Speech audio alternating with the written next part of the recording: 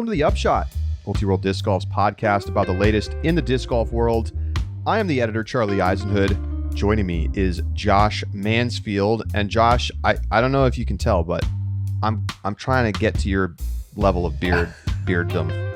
I'm doing my best. I don't think I'm ever going to get there, but I'm trying. Look, just be warned, it's a lot of brushes and product and lotion and that skin, man. You gotta keep it hydrated with the beard there. So just be warned of this path that you're going down. Okay. But it's well worth it. Good to know. Good to know.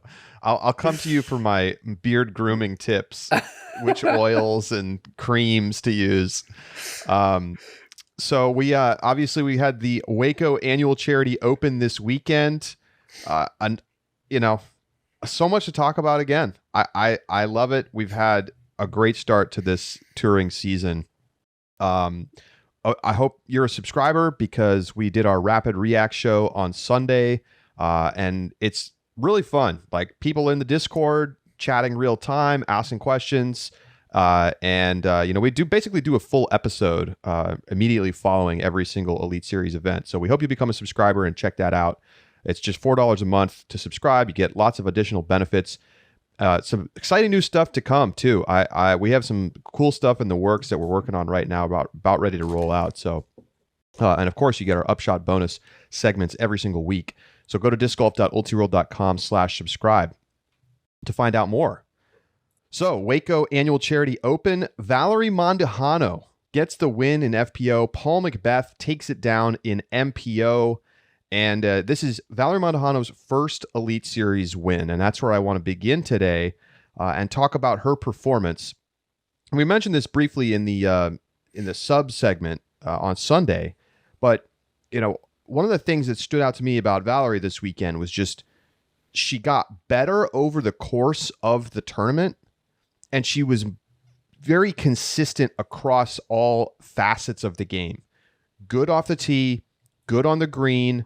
Scramble was there, and she improved 4 strokes from round 1 to round 2, and then 4 strokes again from round 2 into round 3, and ended up winning, fairly comfortably after Kristen Tatar kind of blew up on hole 17, whereas Mandujano made one of the best shots of the tournament, absolutely lacing a very difficult, treacherous upshot through a crosswind, throwing a backhand on a hole that had danger left, and she just perfectly got the turn and parked the disc. I mean, I would never throw a backhand there because I would just have absolutely no faith that I wouldn't put it in the water, Josh.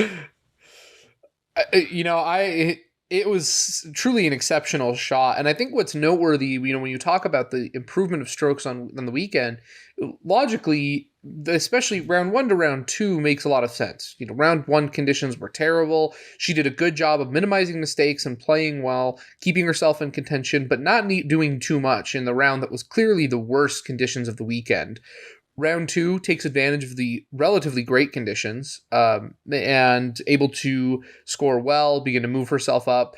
And then what really stands out to me, though, is that round 3 starts off okay. And then, as you mentioned, wind really starts to pick up by the end of the FPO round, and they're back in the park section where they don't have that necessary coverage by the trees.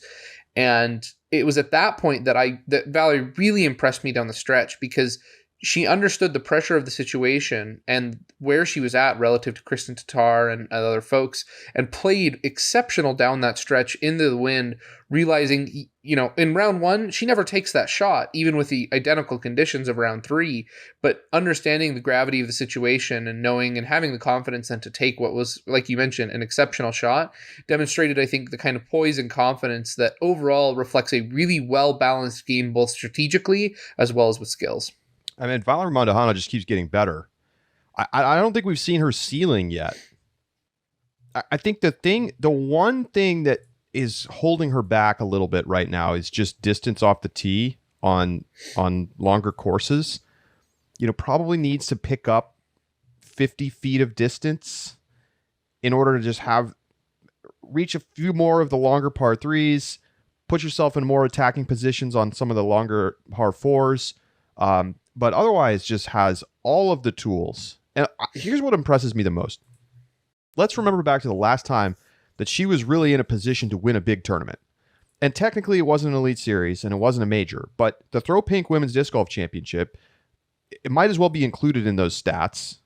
I personally am going to continue to advocate that like we consider it among those, despite the fact that it doesn't have PDGA letter by it. Like the PDGA needs to be pressured into putting status on that tournament, even though like technically it's only an A tier. It makes no sense to anybody.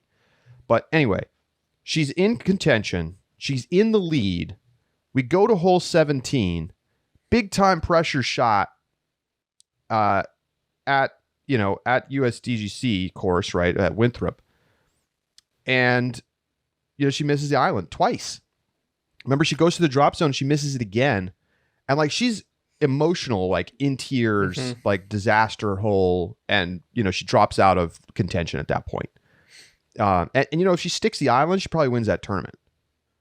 And so to come to another hole 17 with another shot that may as well have been an island, like the way that hole is playing with the conditions at the time, may as well have been an island, and just absolutely nail it, even though there was really no pressure. She didn't need to. That's the other thing. Tatar had already laid up. Kristen had just pitched up to the edge there before she was going to attack down to the green, and Mandujano had a stroke on her, so she could have just done the same thing. She could have said, "Fine, you know what? I'll just keep my stroke. We'll just, I'll go for the push, and we'll get a par, and fine." But no, instead she extends the lead, ultimately by a lot, because Kristen Tatar after that was totally shook and threw a horrible forehand on her next shot that went like 20 feet, and then left it short on the next approach, missed the putt, so it ended up being a total disaster hole, and Mandujano locked it up. But to have the confidence in a spot where, not only is it the same hole number, but it's a very similar type of pressure shot, and to nail it this time, that is a sign of like mental maturity and progress as a player that you can't overstate. And I think that this is like the kind of thing that you can look back on and it builds you up as a player for like literally the rest of your career. I'm very interested to see the trajectory of Valerie Mandujano for the rest of the season.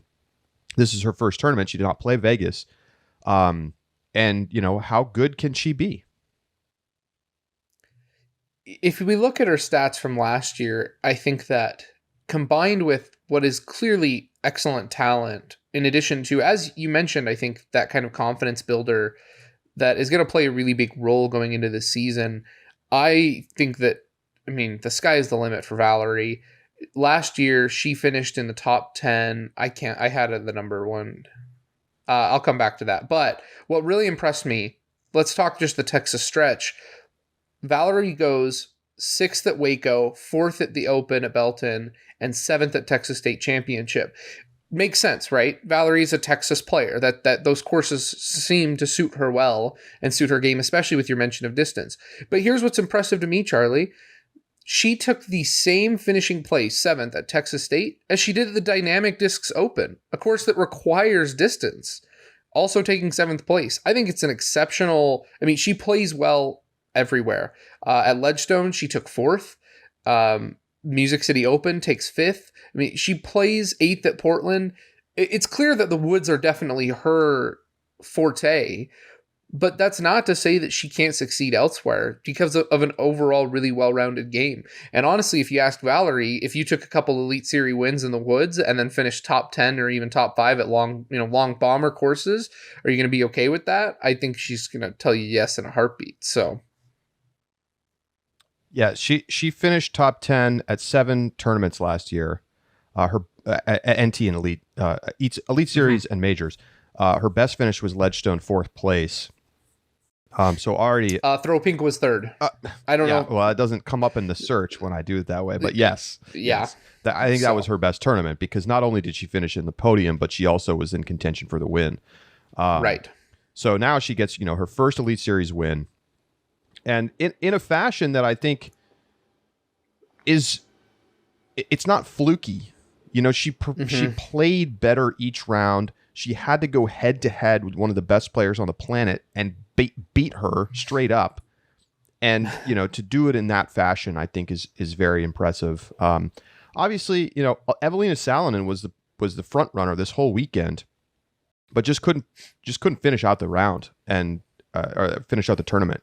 Two really good rounds that she somehow continued to lead the pack despite having literally the worst putting performance at the tournament. She was number 1 in strokes gained from tee to green by a long way, and dead last in strokes gained putting by a long way. Evelina, she's like, it's like she has literally zero faith that the disc is going to go in, and so there's like absolutely no commitment whatsoever to trying to make the putt, and it ends up just meaning that she's missing right, she's missing left, she's missing short, she's missing high. Like it's just all over the place right now. And I was thinking, going into round 3, because remember I picked Evelina to win this tournament.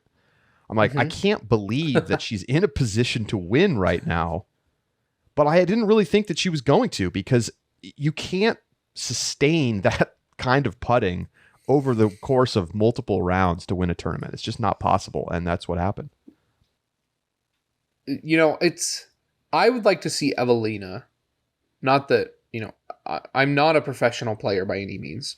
But I would like to see Evelina make a switch where she completely revamps her putting form and focuses on making 15 footers. I don't care if her form kills her distance, right? Maybe she can't make a putt outside of 25 feet. Not any different than right now, right? Like, might as well do something so that she creates a form that is replicable under pressure for 15 feet. 15 and maybe 20 feet as she improves. And maybe it means she sacrifices edge of circle putts. Maybe her form has just zero real power behind it to meaningfully make circle edge putts. But that's okay, because I think if she can improve from 20 feet in, she could have won this tournament. Well, I mean, I think definitely true. The question is it actually a form issue, or is it purely a confidence issue? Because we've seen Evelina be a great putter. It's not like she's a career bad putter. It's not like she's just always shooting 50% or worse from C1X. And there are some really good players in the game who do that. But that's not Evelina. She regularly shoots upwards of 80% from C1X. The issue is that she just doesn't have any confidence right now. And maybe changing will help that. I mean, in some ways, maybe just blowing it this weekend will take some of the pressure off, where it's just like, okay, like I can't do worse than this. So like, let me just relax a little bit and just try to throw it in, like I don't know what else you can do, because it's not like it really is specifically a form issue. It's just there's no commitment to actually throwing the putt. And without that, it's impossible to make him.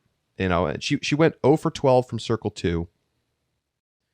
And she went 5 for 29 from circle 1X. Like how you can't, there's only upwards to go from here.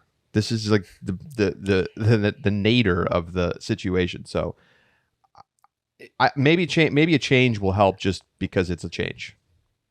And here's what I'll say that I think is noteworthy. You're right. Like we're going to be hard pressed to see a worse putting performance this season than we saw this weekend. But even if it means that she putts better in rounds 1 and 2, it's going to keep her from the contention from win, because you can't blow pressure off forever. Right? She's going to get back in the lead again because of how excellent of a player she is. And especially if she gets comfortable, she'll just get back into a lead. And then she just has to hope that her lead is so big, right, that it's just not even a concern that she has to putt, that she can just lay everything up and still win this tournament. Because otherwise, I mean, that pressure is going to come back.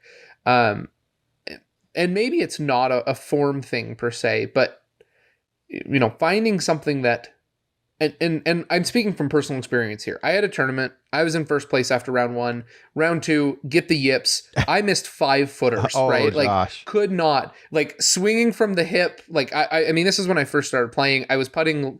I tried to mimic like McBeth, right? Like everyone does. You look at the good players. So I changed my putt to literally, I bring it to mid-chest and just stab it at the basket. I couldn't make anything outside of 25 feet, but I didn't miss inside 25 feet because it just I minimized every mechanic except just straight at the basket, nothing else to it.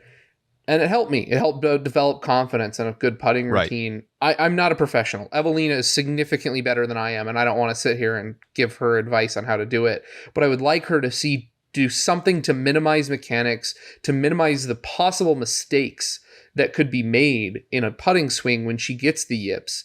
And hopefully she can then clean up 20 feet. Yeah, it's just about doing something to rediscover the confidence there. So right.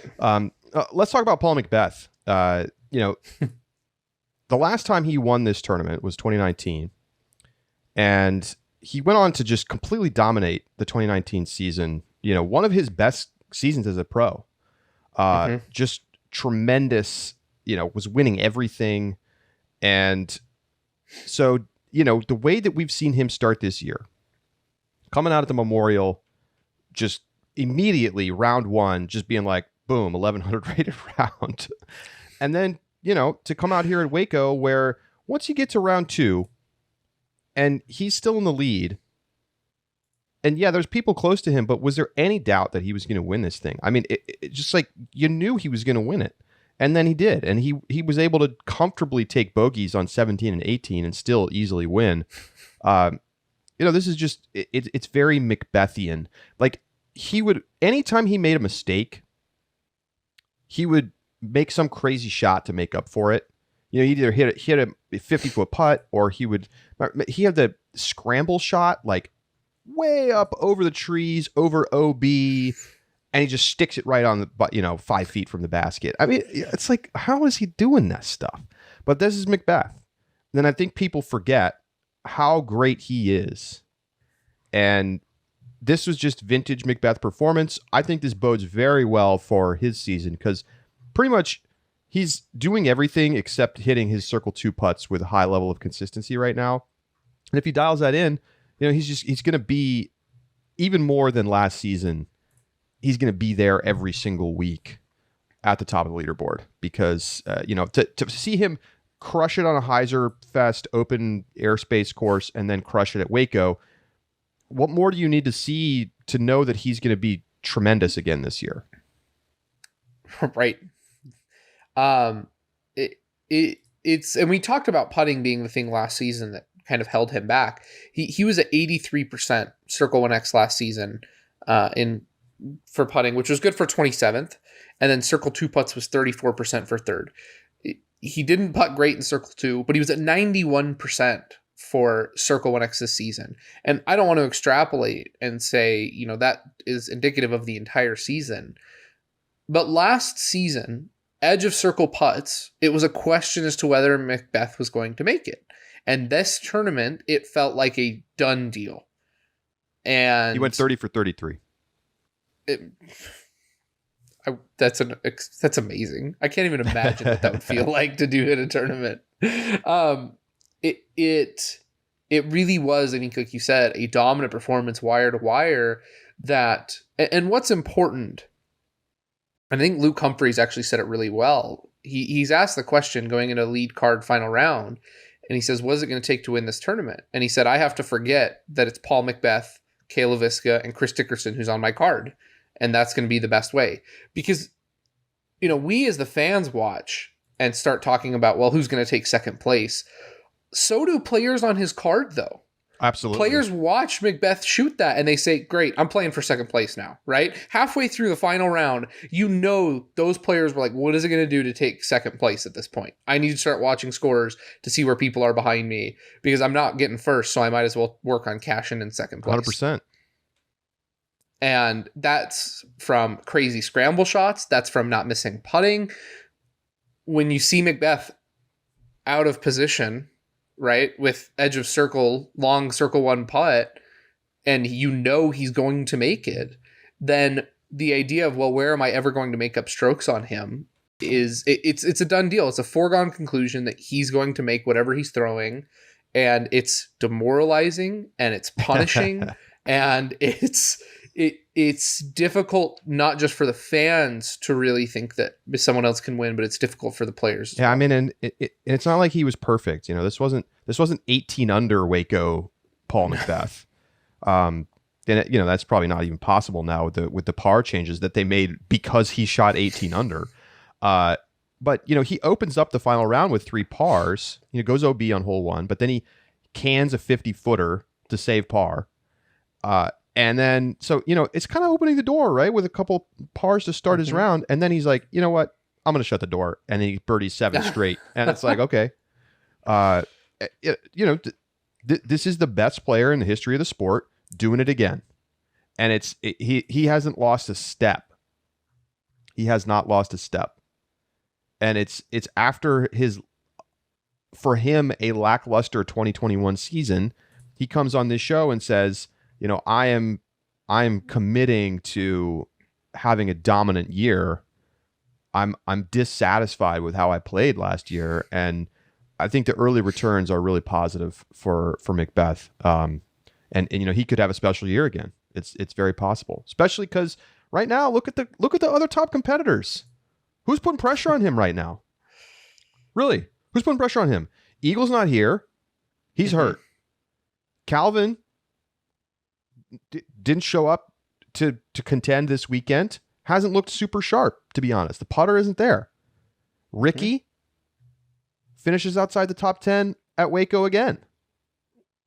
Over under W, by the way. Good W. Yeah, thank you. And I'm not saying that these players aren't going to be there later this year. But if you just look at these first couple tournaments, it feels more like Drew Gibson is the danger to Paul McBeth than the guys that we see at the top of the leaderboard all the time. Hey, pay some respect to Luke Humphries, man. You are right, sir. You are right, sir. Let's talk about Luke Humphries. What an amazing... Real quick. Okay, go ahead. Before we move on to Luke Humphries, there's one other thing I want to highlight real fast about some of the names you listed. Calvin Heimberg, I want you to guess, what was his Circle 1 putting percentage at Waco this tournament? Take a guess. I felt like I didn't see him that much because he kind of wasn't up at the top, for the final round. I'll guess 80%. You are wrong, sir, by quite a bit, actually. It is 54%. Yikes. He was 25% in round 1. Yikes. I mean, it was windy out there. I mean, yeah, and McBeth did 91%. Yeah. Right? I mean, it was windy. Welcome to being a top professional where you have to make putts in the wind. Yeah, I mean, I hear you. I hear you. I mean, he's currently sitting at 69% C1X putting on the season. And that's only 7 rounds, but that's 109th place. 69%. Nice. Not so nice. Well, and here's the other thing. Where's Worlds at this year? It's in the windiest place on earth. Right? We've officially changed the title of to Disc Golf Capital of the World to windiest place on earth. Yeah. So look, like if Calvin wants to be taken seriously this year as a important threat week in, week out, or at least an important threat at the majors, something has got to be done with his putting. Yeah. I mean, again, it's only 7 rounds. This goes back to last season. It is an issue. And the thing is, he's first on tour in fairway hits, and then he's second on getting to the green in regulation. So it's not like his game is like weak right now overall. It's literally just very much concentrated on this one issue. But it's causing problems. It is absolutely causing problems. Calvin had the highest percentage of Circle 2 in regulation at Waco at 80%. That was 8% better than Paul McBeth. That's amazing. Fairway hits tied with James Conrad for top at 83%. Paul McBeth was down at 76%. Yep. He had the numbers. Yep. Granted, he had a 0% scramble rate, but it's probably because he couldn't make a putt after he scrambled. Yes. So he went 14 for 26 from Circle 1. And his Circle 2 putting is fine. He's at 20%. It's very much specifically like an inside the circle issue, and something to keep an eye on, because if he can clean that up, he can be great. He only went OB twice, which is really impressive considering the conditions this weekend. He was 10th in strokes gained tee to green, but he was 94th in putting. So, yeah, is what it is. So we'll see what happens. Let's talk about Luke Humphries. Let's talk about Luke because now let's give this guy some respect. 1 is a fluke, 2 is a trend, or maybe 3 is a trend. I don't know, but we're gonna see now 2 back-to-back top 5 finishes for Luke Humphries. It on very, very, very different styles of golf. He's here for real. I think we have to say that he's here for real, and I'll be interested to see how he does on some of the longer courses, like the truly longer courses, like your OTBs and type places, because he doesn't have elite distance. But so far, I've been super impressed with Luke Humphries. It's like the disc goes exactly where he wants it to go. It's awesome. And his putting great. He just looks like an all-around much better player than we saw last season. It doesn't feel like a fluky thing at this point. I'm ready to buy myself some Luke Humphries stock. I wish I'd scooped some up after LVC. Me too. When you see someone play that well at LVC, though, you think, wow, that's great. See you next year at LVC. It really does feel like, though, that Luke Humphries is the real deal and is going to be here to contend. I really want to see. Look, Waco and LVC are more important this year because of the early major. But when you get at the end of the season, no one is really talking about a top 5 Waco LVC finish in the conversation of how well you did. We already, and still from last season, go to stats and pull up finishes, and we say, yeah, they finished like 4th at Waco. Oh, but 3rd at MVP. Oh, but 3rd at Ledgestone, right? There are courses that demand retention and respect because of the long and storied history of the tournaments at those courses. And Waco and LVC aren't it. The two together bode well for him. But I want to see performances at the majors, DDO, Ledgestone, MVP, GMC. Think about the fact that you are like you've elevated Luke Humphries to be like, well, what have you done at the majors? I mean, that's a major upgrade for Luke Humphries. That is true. Right? It is. We've never talked about Luke Humphries on this show before this year. I don't think I've literally ever even maybe said his name. And now you're like, well, show me what you can do at the majors, bro. No. Which, I not that I really disagree with that. I think that if you want to be considered an elite disc golfer, like you do have to do more than play well 2 tournaments to start the season. But I think what we've seen is like clearly that this guy has tremendous talent. Mm-hmm. And now it's translating into results in a meaningful way because he's putting in the work. He's been practicing the putting. It's like very evident that he's gotten better at that. And I think he'll have some takeaways from this too. He opens up the final round with a double bogey and a bogey going out of bounds twice. And like he wasn't going out of bounds all that much this weekend. He only went out of bounds 4 times. And I think that's just like lead card final round pressure. Mm-hmm. And the wind was tough, but I think if that doesn't happen, right, that's 3 strokes he gets back. Well, and assuming even just that he gets par, no birdies, and that's the margin that he ends up losing by. It could have been a very different story if he doesn't make those mistakes early, because once those happened, it was like, okay, this is McBeth's tournament, it's over. And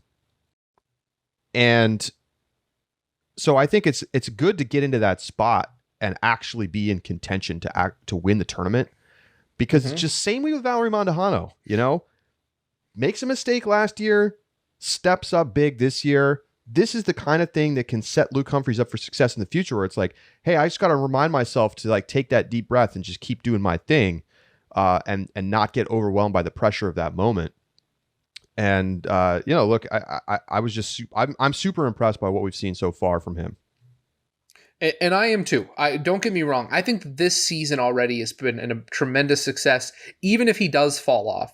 But here's kind of where I want to temper expectations a little bit. He's 10-16 rated right now. Sure. Practices in the offseason, has 2 great tournaments. Bodes really well for the future. Yep. But let me ask you this, Charlie. Let's say he jumps 10 points at the next ratings update. I don't think he'll jump that far, but let's say he does. And he gets up in the 10-20 range. He's playing 1040 golf right now. I think he's actually averaged 1050, a little over 1050 through these first two tournaments. But okay, yeah, all right. So go ahead. But here's about the point that I'm about to make. How many 10-20 guys do we see in the field right now who have 2-3 tournaments where they shoot 1040 golf, 1050 golf, and we say, wow, they're playing really well, and then they fade back into the 1020 club? Yep. Let me give you some names, right? The people that are in the 1020 club that we talk about when they play well for a couple tournaments and then fall back off. You got Paul Ulibarri, Corey Ellis, Thomas Gilbert, Jeremy Coling, Nathan Queen, Kohler Dolan, Andrew Fish, right? I mean, they're guys who show up, who play tournaments really well for a couple stretches, because at 1020, you could win a tournament. Colton Montgomery has a win. A lot of times, it's not that these players are consistently 1020 players. They're inconsistent. Sometimes they shoot 1040 and sometimes they shoot 1010 or 1000. Right. And that's why their rating is lower than the players up in the 1040s and 50s who are more consistently executing at that higher level. Mm-hmm. It's getting to the point that our 1030 club is even a bit saturated. Simon Lizotte is still a 1030 rated player. Andrew Presnell is a 1030 rated player who we don't see challenging for wins week in, week out. I think Luke Humphries already has an amazing success this season that he can hang his hat on. And if he then goes and plays top 20 golf the rest of the season, I still think that's an amazing improvement and is an astonishing storyline and should qualify him for Breakout Player of the Year. No doubt. I mean, he's already making obvious front runner at this point. Oh, without a doubt. But like I said, before I'm ready to say, oh, Luke Humphries is the guy we need to be putting in our top 3 every week, I want to see the resume that has a little bit more. I don't know that I'm going to start slotting him in right away. We get an even more wooded course this weekend, and I think he can be successful. I mean, he showed skills in the woods this weekend. So let's see what happens. Definitely something interesting to keep an eye on. So really quick, let me run down the top 10. Okay. So obviously McBeth and Humphries at the top. McBeth winning by 3 strokes. Then you got Chris Clemens, Joel Freeman, Thomas Gilbert, Aaron Gossage, Cale LaVisca, Isaac Robinson, Chris Dickerson, Alex Russell, and Nicola Castro. It's a very interesting group of players. It's a little over in FPO, Mandujano Tatar, and then Katrina Allen, who was unbelievable in the final round, 8 under, 1,000 plus rated round. Kat Murch, Owen Scoggins, Hannah Blomroos, Macy Vela Diaz, Paige Pierce, Evelina Salonen, Maria Oliva, and Holly Finley. A little bit more of kind of the known names, but still some interesting players up in the top 10 that you don't often see in the top 10. My question to you, Josh, why does Brazos East seem to deliver these lesser known names to the top of the leaderboard? What about this course? Because this is more than just this season. We've seen unusual winners at this tournament for many years. We've seen diverse top 10s. This is not just your typical 10, 40, and 50 guys ranging in the top 10 with a couple of outside names. Like, this is mostly outside names. So what about this course is making that happen?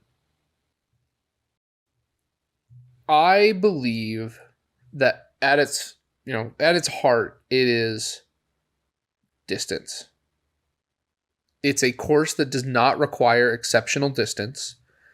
And I think that at this level, you can have any of your 10-20 guys, any of those 10-20 guys on any given weekend can throw a 200-foot shot through a tunnel in the woods.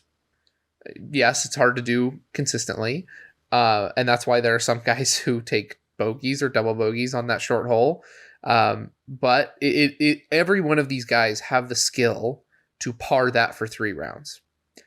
At tournaments like OTB and Portland, and even Ledgestone or GMC or Maple Hill, not every guy has the capacity to throw it 600 feet or 550 feet. And our solution in a lot of courses and on tour has been to prioritize and reward the farthest throwers who can throw accurately, And that's something that begins to filter out. And I mean, that's just when you look at our rating reflects those players who do that really well, because our tournaments have moved more and more. And as we continue to increase the pro game, we continue to increase the distance required in order to be successful on tour. And so that's what rating reflects. And that's what the consistency that we talk about reflects, is those guys who can throw that. And, Brazos East does not require that distance for most of the holes. And so it's guys who come and play 3 consistent, solid rounds of golf. And I think it's also noteworthy that Waco typically delivers lower rated wins than other tournaments. You don't have guys shoot, 1060, 1070 rounds nearly as often. Paul McBeth won with a 1049, I believe. I'd have to go back and check my notes real quick. But, so 1049 is the winning score. That's not out of this world, right? Or winning rating. Yeah, his final round was 1047. These are unofficial numbers still. He shot 1075, 1055, 1047. So, you can do the math there. It's probably around high 1050s average, which, is good, but a lot of tournaments you got to shoot 1090 to win. Right. And the distance prevents you from scoring. The lack of distance means that the scores can only really get so low. Yeah, you don't get the separation for the longest throwers the same way. Exactly. So you take away one of those separating factors, and it means that guys who are 1020 can just get shaken into that top 10. I fundamentally agree with your assessment. And in fact, I feel that we need more courses like this on tour. I think the trend, particularly last season, you remember we add these new, OTB, and like everyone is like, oh, I want to have the longest course on tour. I want to have the hardest, longest course on tour. Yo, chill, everybody. Chill. Like, we don't need that every week. We really don't. I don't think it's a good thing when you design a course that's only winnable by like 4 players. I'm okay with that occasionally. I really am. I think it's fine to have a couple courses where having Eagle McMahon level distance with forehands and backhands means that you have a 25 to 40% better chance to win. And yes, Eagle deserves to win tournaments because he has that skill better than other players. But you know what? We also need to have courses that reward an all-around game like this one. Almost not every hole, right? There are some separators, right? 18, of course. Kevin Jones was the only player to get across the water on hole 18 on the final day. And that water carry is a distance separator, 100%, right? Luke Humphries basically had second place completely locked up. His only chance to try to put pressure on McBeth was to try to go over the water, and he still didn't do it because he just knew that he wasn't going to make it. It was just too far. And so that's a good hole because it does reward distance. It's the last hole. It's exciting. 17, 18. What a great, I feel like a lot of courses have done a really good job of building in a couple excellent closing holes. But most of the holes on that course are reachable by everyone. And then you have 50, is it 15? The long tunnel hole? That no one is birdieing because the tee pad's too far back and no one can reach it. That one they need to move the tee pad up so that you have more players who can, actually get all the way to the green and attack. So I would like to see more courses like this on tour, not fewer. The diversity of the top of the leaderboard at Waco shouldn't be seen as some random Waco is weird and fluky. Well, no, Waco is the only tournament on tour that has a mixed park and woods type layout that mostly doesn't require elite distance in order to score. And there's just not many other courses like that. Sure, there's other wooded courses that are just dense woods, but that's a different skill than the kind of more mixed all around type course that most of the world's disc golfers play all the time. I would say that's the kind of course I play 90% of the time. And you know what? Being able to win on those courses should be a skill that is tested more often. So I just want to shout out Waco for that. And, even regardless of what happens in the future with tournaments on tour, if they decide not to come back to Waco, although why would they do that? I mean, they just sold the tournament out and had, exciting results, and, maybe the weather is a little sketchy, but this tournament belongs on tour, and we need more courses like it. I want to see us move away from the trend of just stretching everything out longer and longer and longer all the time. There's a time and a place for that, but too many courses are going in that direction right now. And here's the other thing that we should add to that is that, remember, this is very similar to what Worlds was like. I mean, there was a golf course, but it was shorter, right? The golf course feels more park style, and then the fort, I mean, it is woods, but it's not Northwood. It's not, GMC at Brewster Ridge. Like, it's not as bad as some of the other courses. So I feel like Worlds represents two courses that do something very similar to what Waco did, and everyone said, oh, these don't feel like professional level courses. These aren't the types of courses that should be hosting Worlds. We heard that a lot during Worlds from both players and spectators. And I wholeheartely disagree. Like you said, I think you need more courses on tour like that. And at the end of the day, some might say, well, that's too fluky, or it doesn't create the separators. But at the end of the day, look at Worlds, right? What were the finishes? Right. James Conrad, Paul McBeth, Nate Sexton, Chris Dickerson, Kevin Jones, Greg Barsby, Ricky Wysocki, E.O. McMahon, right. Kale LaVisca, Kyle Klein. There's your top 10. Tell me how that's different. Right. But you see a couple guys in there, Kale, Barsby, who are not, distance specialists. But over 5 rounds, the great players are going to float to the top, regardless of the course that you put them on. Yes. Waco being a 3-round course, a 3-round tournament, well, there's more opportunity for variance because of that. But the other thing I'll add is, imagine if there were 3 or 4 Wacos on tour. I would be willing to bet that more practice and more time spent on those courses means that those 1040 and 1050 guys, instead of, 2 or 3 of them in the top 10, it becomes 5 or 6 of them in the top 10. And it becomes more consistent because that's a course that people are playing and a style that people are practicing and preparing for. Sure. Whereas here it's like, we've got Waco, and then we move on to everything else. Yep. I mean, Ricky finishes outside the top 10 again. We'll talk more about that on the other side of the break. You're listening to The Upshot.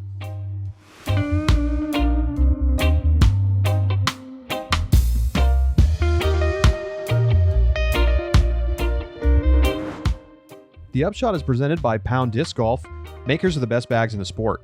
And you know what? If you want to get the custom pack that you envision in your mind's eye, the pack of your dreams, you can do it at any time.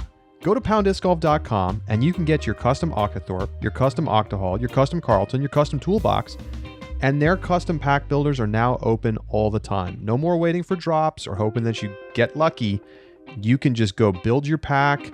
You can tinker with it for a while before you hit the order button, but you can check it all out on their website and you can just design it exactly how you want, from the zippers to the main flap to the bottom of the pack. Exactly what you envision. PoundDiscGolf.com.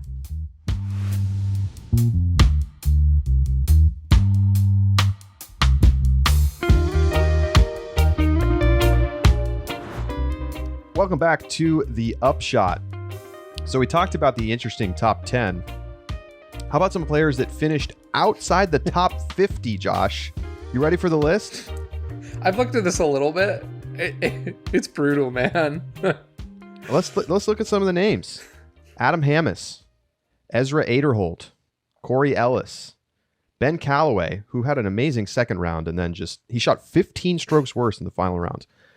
Simon Lizotte, Nathan Queen, Tristan Tanner, Brody Smith. A lot of good players outside the top 50. And to me, this speaks to the requirements of success at Brazos East. The same way that, distance is minimized, you also have the fact that you've got to get off the tee clean. If you shank your drives, you're going to be in a world of hurt because there's OB and there's thick woods And there's lots of ways for things to go wrong, and it's easy to take double. I mean, everybody's taking double bogeys. You don't see top pros take a lot of double bogeys, but everyone was taking double bogeys this weekend because if you get out of position, it can be very difficult to get back without having to just pitch out. There's lots of ways to kind of compound mistakes. It's a very interesting course for that reason. It really is. And I mean, I looked at some of those names, and it's just crazy to think that the Disc Golf Pro Tour champion finished outside the top 50 and did not cash at this tournament. Like, yeah. it's brutal. It's brutal. To me, that just speaks to how amazing it was that Nathan Queen won the Disc Golf Pro Tour Championship. But how amazing it was that Nathan Queen made it to the Disc Golf Pro Tour Championship. Like, I love it. What a great story. Okay, Charlie, here's the question for you. Most surprising, and I remember this very distinctly. Before I was on the show, you and Jamie asked the question, most surprising win in, recent memory on the Disc Golf Pro Tour or, an Elite Series event. And both of you immediately said James Conrad, USDGC. Right. Not having a forehand. So here's my question for you. James Conrad, USDGC, Nathan Queen, Disc Golf Pro Tour Championship. Well, I think at this point we have to revise the answer because James Conrad has proven at the majors that he's going to be competitive. I still think it's incredibly impressive, like mind-blowingly impressive that James Conrad, basically with no forehand, was able to win USDGC. But Nathan Queen, to go through the gauntlet that is the Pro Tour Championship, and where a single bad round knocks you out, for him to go through all that, not only to reach, if he just reached a final, it would have been impressive. For him to then go out and win the thing, that is, in recent memory, that is easily the most impressive thing we've seen. I think so too. It is. Yeah. It really is. Now, what I want to do right now, Josh, is take a look at evaluating some performances through two tournaments. Because now we got a little bit of a sample size. Yep. Maybe not a ton, but a little bit. And, right now, Luke Humphries, top of the Pro Tour standings. Talked about this in our Rapid Reacts. Fourth and second at LVC in Waco. And, of course, the winners of each of those tournaments on the MPO side have only played one event. So McBeth and Drew Gibson only have the 100 points that they earned. Luke Humphries sitting up about 40 points ahead of Calvin Heimberg with 151.5 points through two tournaments. So you can make the case that Luke Humphries is the top player so far this season. I don't think I put him at the top of my power rankings, but he's certainly up there. Easily a top 10 player right now. Let's talk about some of the other players that we haven't already discussed. Gannon Burr, after his second place finish LVC, finishes 25th at Waco. Impressed? Not so much. I'm asking. Oh, sorry. I thought you were making the observation. Okay, here's my answer, Charlie. No. Impressed? Not so much. I realized the way that I said that made it come across that way. So that's my answer. Look, second place at LVC was amazing, but right afterwards we started asking, is it more likely that he does or doesn't finish on the podium for the rest of the season? And both of us agreed that it's more likely that he does not finish at the top on the podium again for the rest of the season. And Waco that's fluky, whatever we want to call it, but it doesn't bode well for him. So yeah, interesting. I think we'll see what happens with Gannon Burr. Yeah. I'm still high on the 16-year-old. He certainly expressed a lot of confidence going into Waco. Top 25. I think if he finishes top 25 all season long, then that's really impressive. So that's fair. That's fair. That's where I'm going to start with. How about Thomas Gilbert?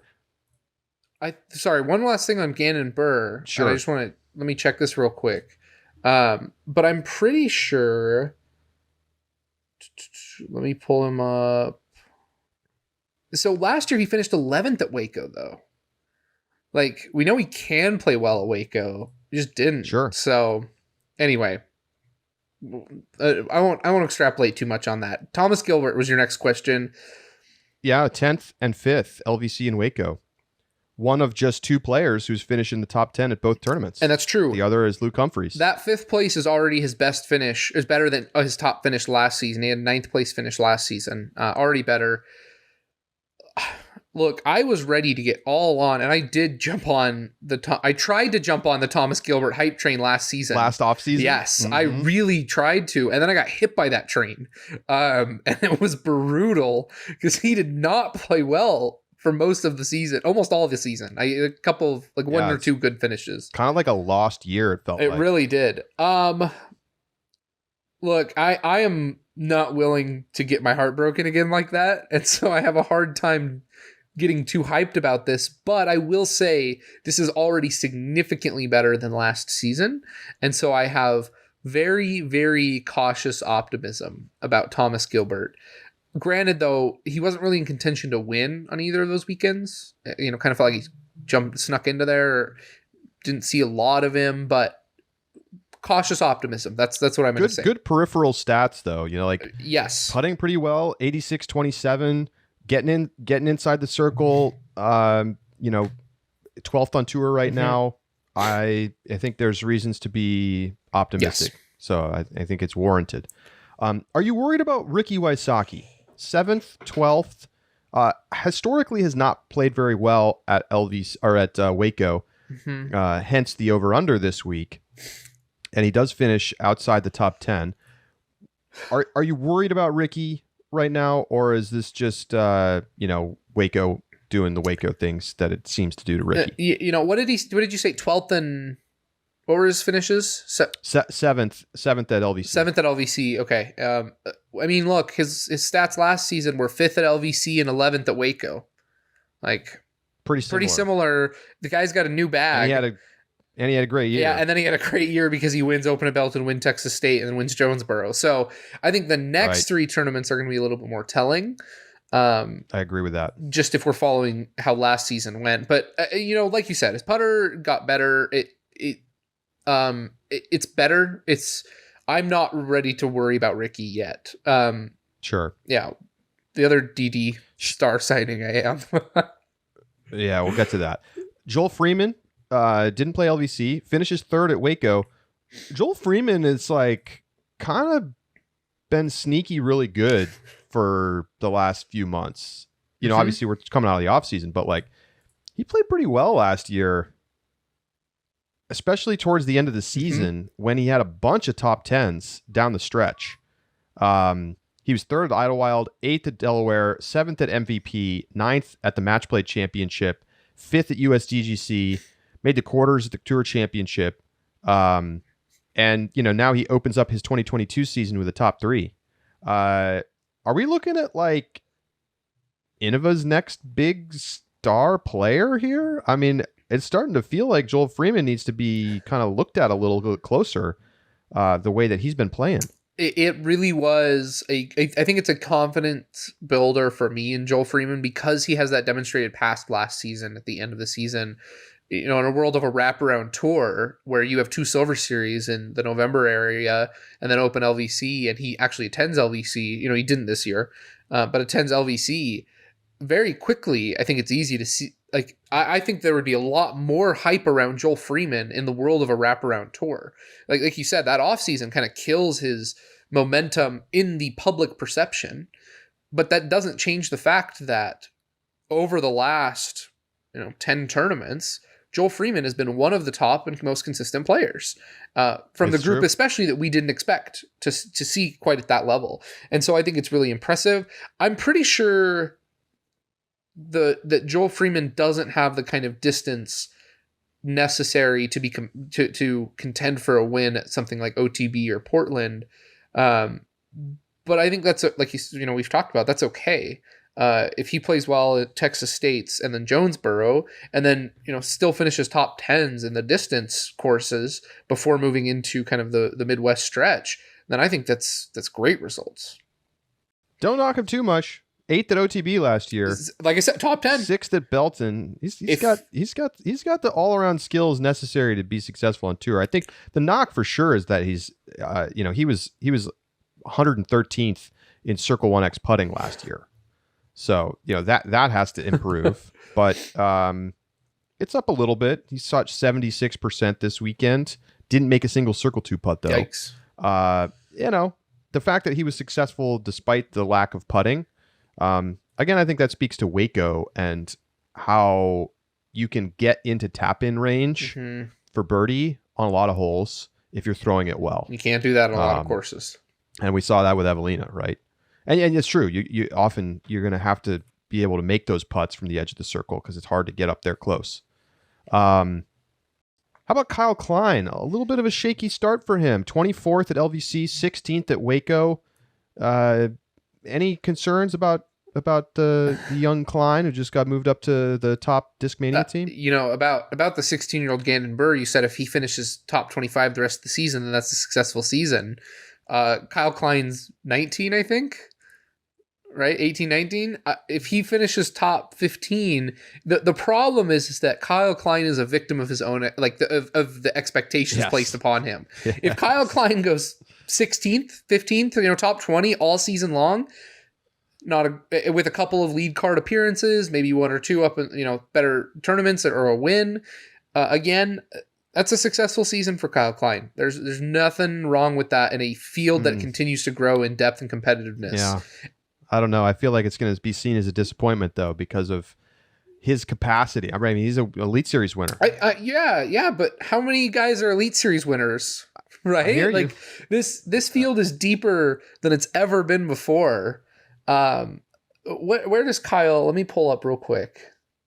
I want to look at his rating relative to the rest of that field and see where he kind of slots. Linus Carlson, by the way. Go ahead. Currently 16th place in the Pro Tour standings, 17th and 21st. We're about to get some more Europeans joining the tour at Texas States. Nicholas Antilla, among others. So it's about what I expected from the Europeans so far on the MPO side and really on the FPO side. Yeah. Yep. Very much to the levels that I anticipated. So I feel like, the whole questions about do the ratings line up with their actual skill sets? I think so far that's just about right.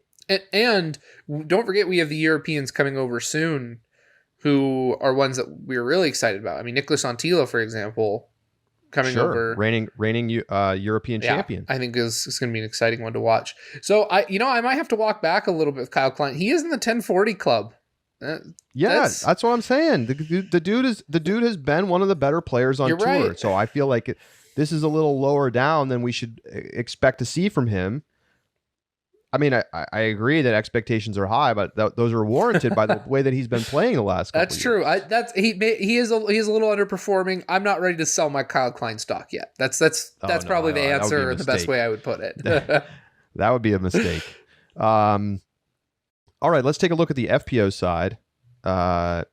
Obviously, Katrina Allen is playing fantastic. She's the top of the DGPT standings right now, 175 points after a first and third place finish.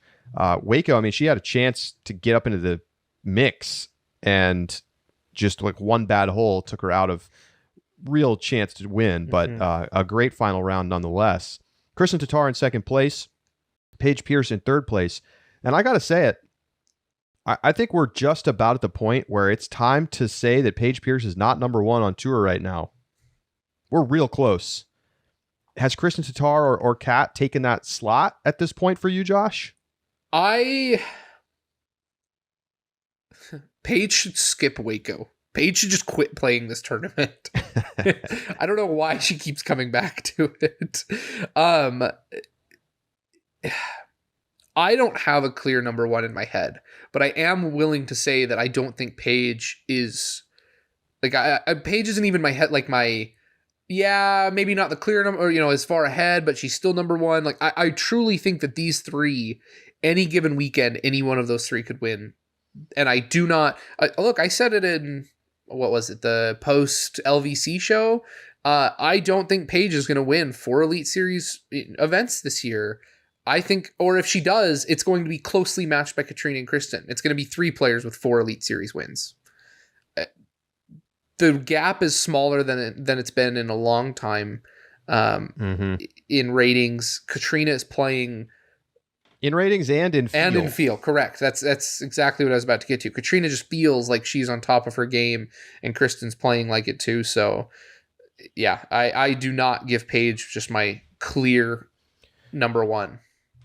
One of the things that's really interesting to keep an eye on, Paige Pierce has never had a great forehand, and other players are developing forehands as a real weapon. And is that going to start to cause problems for Paige? One of the things that you'll see from both of these tournaments to start the year, she's gone OB a lot. I think she led both tournaments. I just looked it up for Waco. I'd have to go back to LBC, but I'm pretty sure it's true.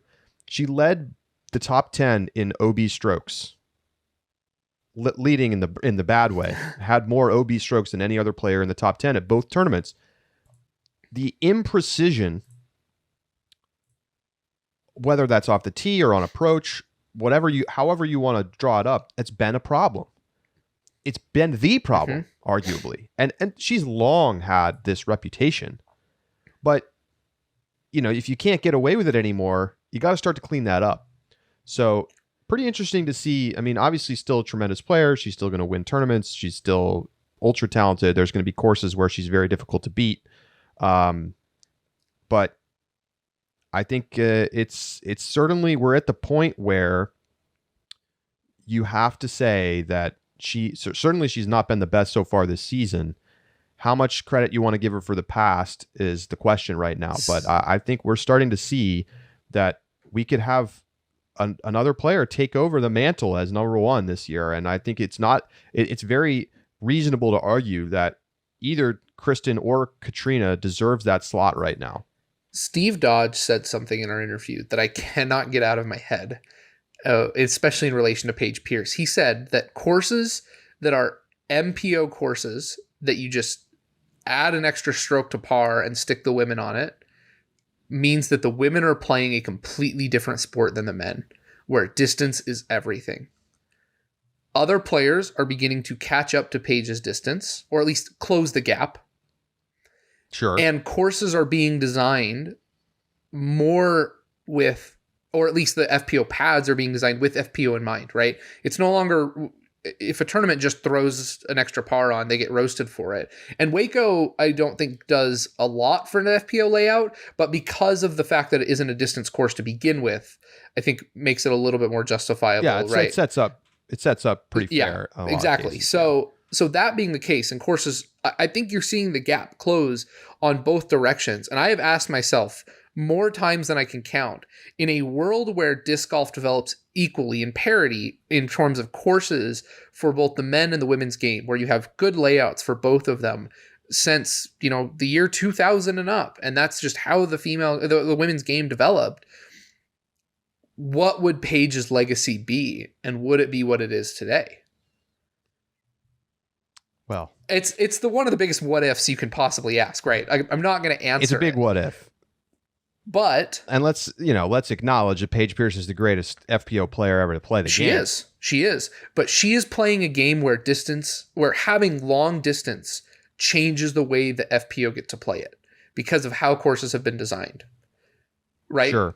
But I think she also just had a skill set that was so far above and beyond other players for so long that it didn't. I don't think it would have mattered what course you put her on. And probably not. It's something I can't get out of my head. And this year feels like maybe we're catching up, and the gap is closing in both directions. It does. We are seeing the gap close. I agree. How about Kat Murch sitting in fourth place in the Pro Tour standings right now after 2 top 10 finishes at the first 2 events of the year? That's pretty spicy.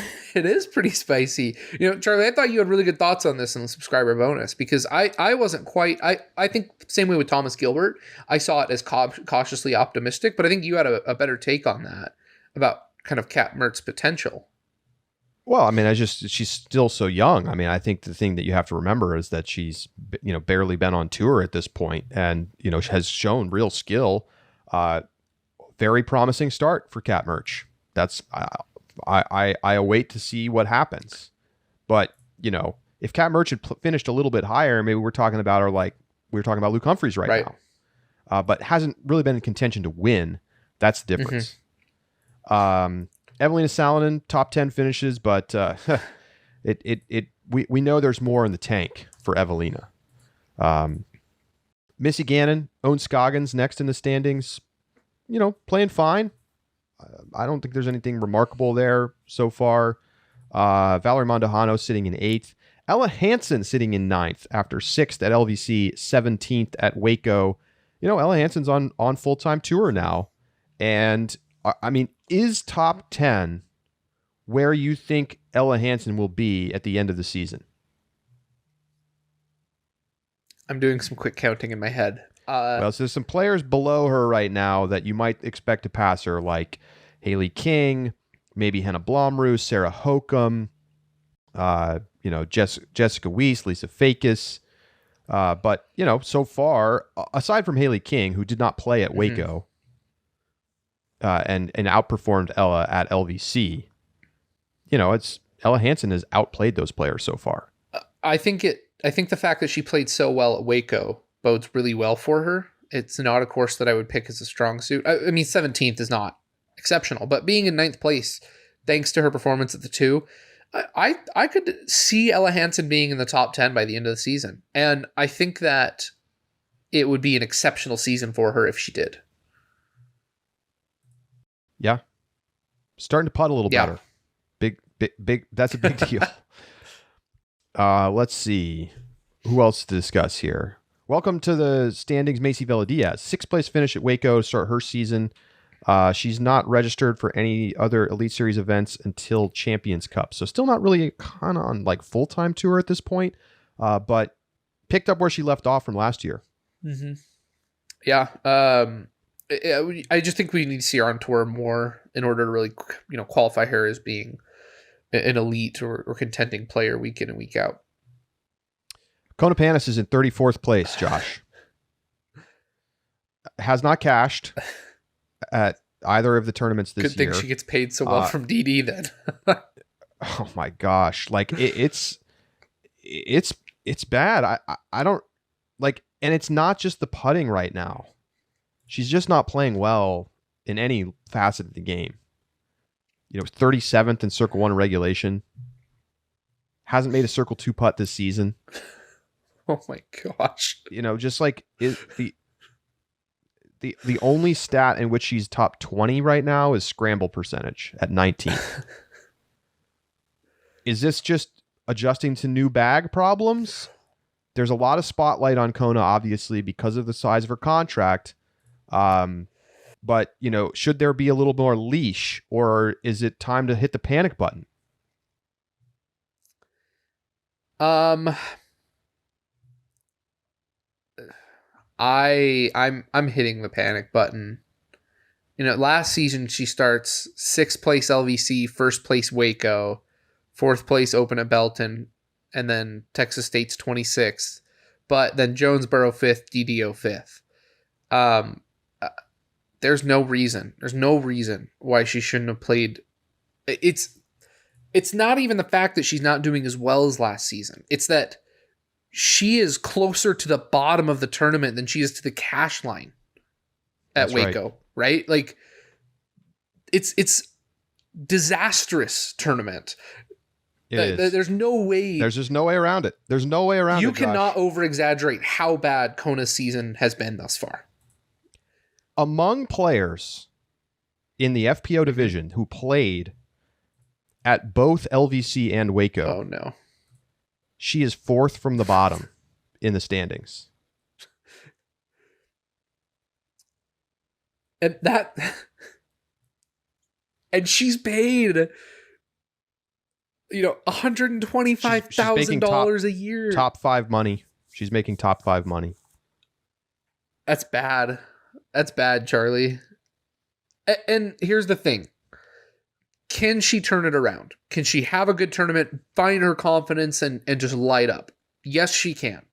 I know that she can.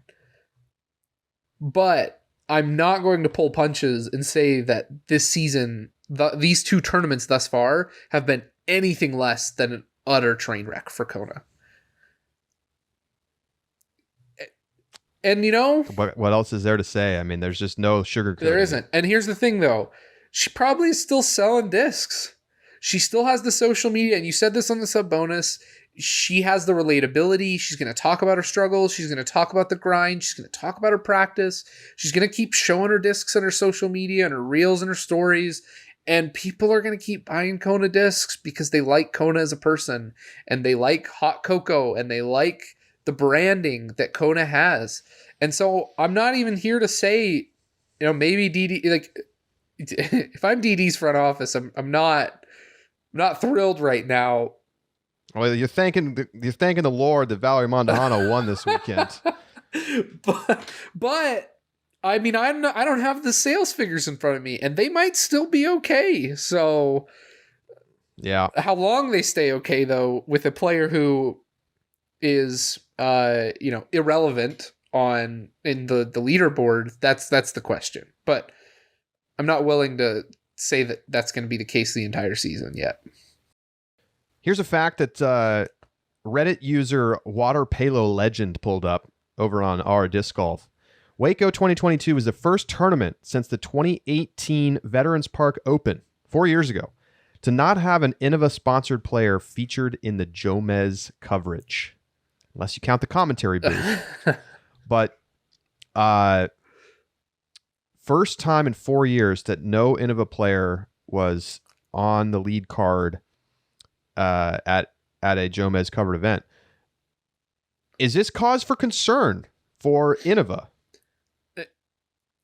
It's interesting because this is something that I had not realized, right? Because Calvin doesn't play as well, but it's I think what's important when you look at Innova sales figures, right? They are the biggest company, right? They send discs everywhere. I can go to a Sportsman's Warehouse and go to a Dick's Sporting Goods, right? And I'm going to find, I don't know which of those stores you have out east. Do you have a Sportsman's Warehouse? Is that a thing?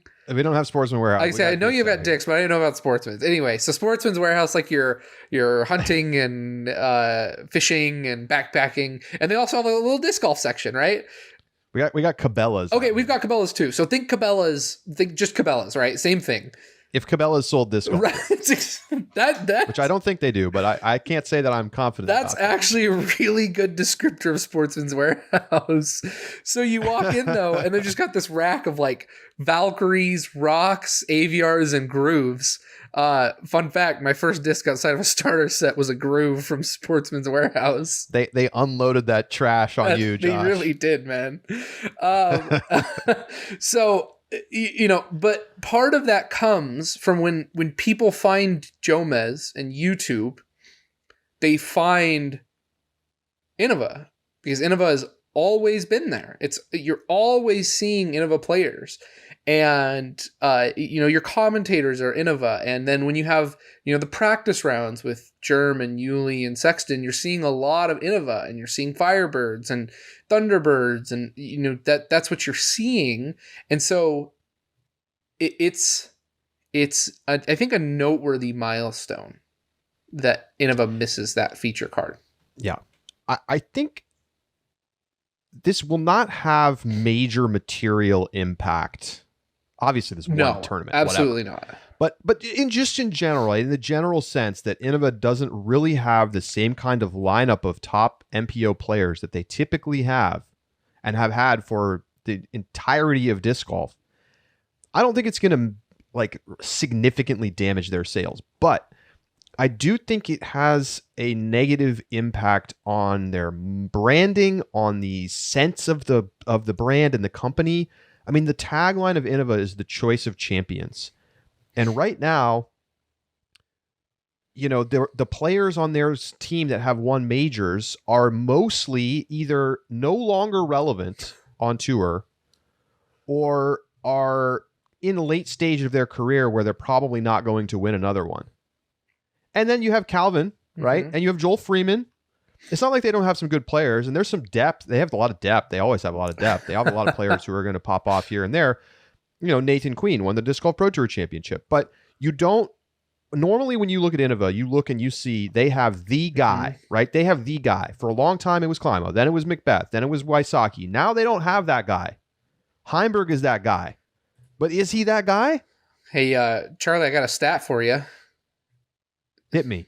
Jeremy Colling. Now, granted, there are more starts for Jeremy Koling and Calvin Heimberg at Elite Series and Majors. But shout out to Statmando pulling these numbers for us. Calvin Heimberg and Jeremy Koling have the same number of Elite Series wins. Interesting. 5 Elite Series and Majors wins over the last 10 years. Well, and Calvin, of course, has done that in the last 2 years, basically 3 years. Sure, and that's true. But for a guy who is the guy, I feel like the number should be a little bit higher. Well, but that's what I'm saying. I'm agreeing with you. Yeah. You look I'll just give you here's the stat. This is the stats. I asked Statmando to build this page, and they did. So shout out to them. It's a career Elite Series and Major stats over the last 10 years. McBeth has 49 wins. Wysocki has 32 wins. Eagle has 12 wins. And then you get to Koling Heimberg at 5. The separator is just massive. I mean, it's not a surprise, but when you actually hear the numbers, it's still wow. It's stark. Yeah. And some of the other players who have potentially could have stepped into those roles for Innova are no longer there. Drew Gibson gone. Obviously, McBeth left. Wysocki left, kind of on ugly terms. I think it hurts that not to make a pun, but the halo effect of the Innova brand. But the thing is, this is not the primary sales route for disc golf discs. And who's on Jomez, I think it's easy to assign too much value to those kinds of things. And I think just generally, there's a little bit too much value assigned to players throwing certain discs over others and the effect that has. I think that there can be impact, especially for smaller brands. When DGA goes out and makes some splashy signings, more people are going to try out DGA discs. When MVP signs James Conrad, right? That makes an impact because they're small. But Innova, it's the gold standard of discs. So does this really meaningfully chip away at their lead? Maybe slowly over time. I think it's more of a general, is this an empire in decline? Right? It feels like empire in decline type things. And you can still be the empire for a while, even when you're past your peak. But it does feel like at times Innova needs to recognize, wait a minute, we got to catch up with the current times and the way things are going now. And there's a lot of people in that company who have been around for a long time and maybe are not that interested in modernizing. Feels pretty boomer over there. So I wonder what that's going to do long term. I'm not super worried about them not selling gazillions of discs still, but I do think it's worth paying attention to as a kind of a bigger trend. I think that the empire in decline is spot on. That's an excellent descriptor of the way because it's not just Innova's sales, right? We're not just, you're right. Innova sells a ton of discs and they're always going to sell a ton of discs. It's the question of Innova's sales relative to market potential. That Innova and market capture percentage. There's a word for this, but anyway, market share. That's the word I'm looking for. Right. It's Innova's market share that we're slowly seeing get chipped away at, and that I think something like not having coverage on Jomez regularly chips away at that faster. Because in the YouTube era where we now have professional players who are in playoff contention wins who found the sport because they watch YouTube videos, that's only going to continue to increase. And the number of amateur players who get involved because they just saw a Jomez video is going to increase. And when you're only hearing about the buzz and not the rock on Innova, then those new players are going to go find a buzz. And it chips away at market share. And again, Innova's not going belly up. It's not, this isn't a trend even, right? This may be the only tournament this happens. Calvin's still going to be in a ton of feature cards, even if he doesn't play super well, because he gets feature cards. But it is noteworthy. It's a milestone that I think is symptomatic, or at least just a kind of observation of, as you mentioned, the empire in decline. Paige Pierce has won 62 Elite Series and major events over the last 10 years. Katrina Allen, 35. Sarah Hokum, 13. I think it's interesting that both divisions have kind of this top three over the last 10 years that has really separated from everyone else. With the top two, it's an interesting distribution because it's very similar across both divisions, with like Paige and Paul really separating, Katrina and Ricky very much number two. And then you have to get down to, you know, Eagle and Sarah Hokum. And like even the numbers are similar. Yeah. It's fascinating. Next in line for FPO, Valerie Jenkins Doss, who has not been on tour for 5 years now, I think. But she's got 7. And then Haley King with 4. So think about that, right? Haley King, 4 wins. Paige Pierce, 62 wins over the last 10 years. Amazing. So there you go. All right, really quick, we're going to do it. We've got a new little feature. We're going to start doing this after Elite Series events. Purse Watch. We're going to keep an eye on how much money is going out to players. What are the kind of the money stats around tournaments? Quickly, we'll go back to LVC. Total purse, $71,006, with the MPO winner getting $6,000, the FPO winner getting $4,000. That was up 3% over 2021. Waco, $67,798, so just a little shy of LVC. MPO winner got $7,500 though, so they paid a little steeper to the top, not quite as much to players further down the leaderboard. Their 2021 purse was only $55,000 though, so up 22%. They were one of the lower paying tournaments last year, so they've maybe feeling the pressure a little bit of the Pro Tour and the requirements for added cash. So up pretty big since last year, and we'll be keeping an eye on this all season long. Yeah, I think the stat I'm really excited to see and kind of follow on this purse watch is going to be the Silver Series. I think it's going to be very noteworthy, the tournaments that are making the bids for the Pro Tour and whether or not their cash matches up to what it needs to be. I do think it's going to be a pretty important factor. You know, what are you able to do with the purse? What are you able to do with attendance? Those are going to be factors that weigh heavily in decision-making for the future about which events end up on tour. Yes. Really quick, over-under in picks. Josh, you picked McBeth to win. Nice job. Thank you. You get the bonus points for that. Man, I came close to having a great weekend, but I didn't quite get there. Like, I had Evelina, Kristen, and Owen in my top 3. Ended up only getting Kristen, but what could have been? I had Kale LaVisca in my top 3, and he came so close. 17 really took him completely out with that rollaway. Yeah. I got 2 points. Josh, you got, was it 5? No, I got 7. Yeah, because I got the 5-point bonus for the McBeth, and then Kristen Tatar and Valerie both give me a point. That ties us up, Charlie, 10-10. There you go. And I win the over-under this week. Yep.